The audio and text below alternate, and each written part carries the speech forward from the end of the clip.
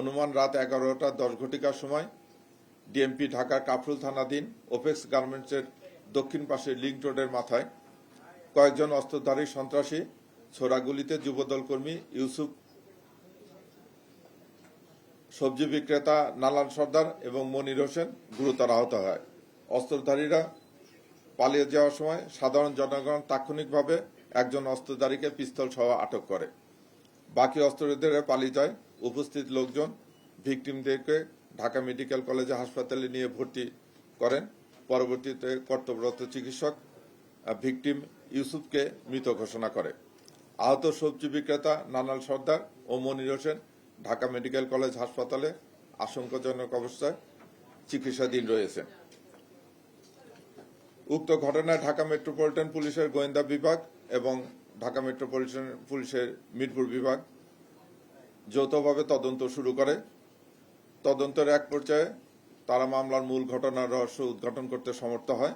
মামলা ঘটনার সাথে জড়িত নাহিদ শাওন এবং শাফিন আহমদ দ্বয়কে গ্রেপ্তার করে। আটককৃত চঞ্চল ও নাহিদের দেওয়া তথ্য মতে ঘটনার সহিত জড়িত জিয়ারুলকে মাগুরা জেলার শালিকা থানাধীন অটোপাড়া মিরপুর হইতে এবং আলী হোসেনকে ডিবি পুলিশ গ্রেপ্তার করে। কাফরুল থানা পুলিশ ঘটনায় জড়িত জিহাদ মোল্লাকে শরীয়তপুর এবং মাসিম বিল্লাহকে যশোর জেলার থেকে গ্রেপ্তার করা হয়। এই ঘটনার সাথে জড়িত মোহাম্মদ আবির হাওলাদারকে জনগণ পিটুকুনি দিয়ে কাফরুল থানায় সোপর্দ করে।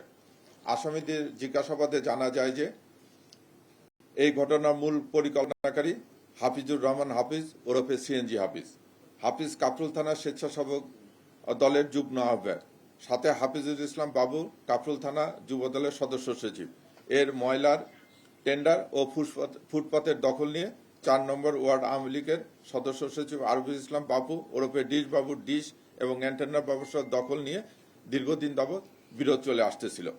বিরোধের এক পর্যায়ে সিএনজি হাফিজ যুবদলের সদস্য সচিব হাফিজুল ইসলাম বাবুকে হত্যার উদ্দেশ্যে তার নিজ জেলা মাগুরার আশেপাশে হইতে অনুমান 25 লক্ষ টাকায় পেশাদার খুনি ভাড়াটিয়া বাহিনী ভাড়া করে।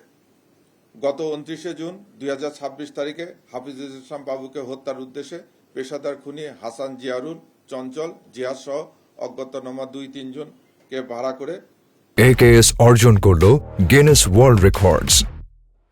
AKS সিএনজি হাফিজের সাথে মিরপুর 10 বৈশাখী হোটেলে 714 নম্বর রুম ভাড়া করে। তারা বাবুকে হত্যার উদ্দেশ্যে সিএনজি হাফিজের গ্যারেজে হাফিজ সহ সবাই একত্রিত হয়। হাফিজের কাছে রক্ষিত 2টি পিস্তল আবির হাওলাদারের কাছ থেকে তার ম্যানেজার নাহিদ গ্যারেজে নিয়ে আসে।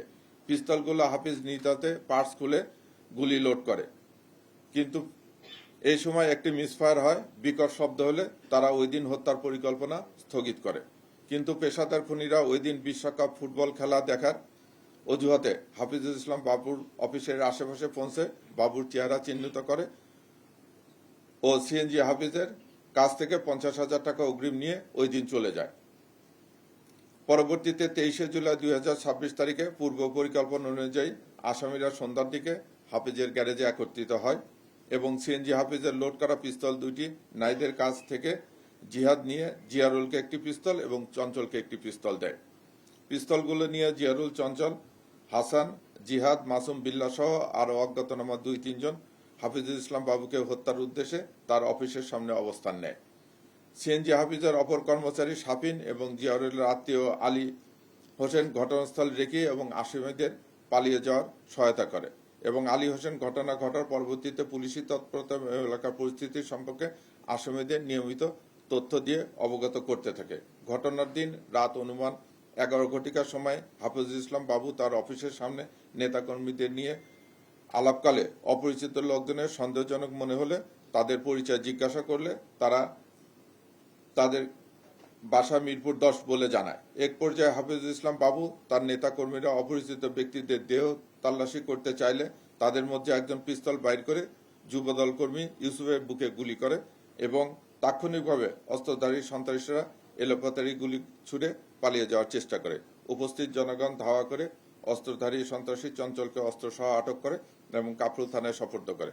উক্ত গোলাগুলিতে যুবদল কর্মী ইউসুফ নিহত হয় এবং সবজি বিক্রেতা নালাল সর্দার ও মনির হোসেন ঢাকা মেডিকেল কলেজ হাসপাতালে আশঙ্কাজনক অবস্থায় চিকিৎসাধীন রয়েছে।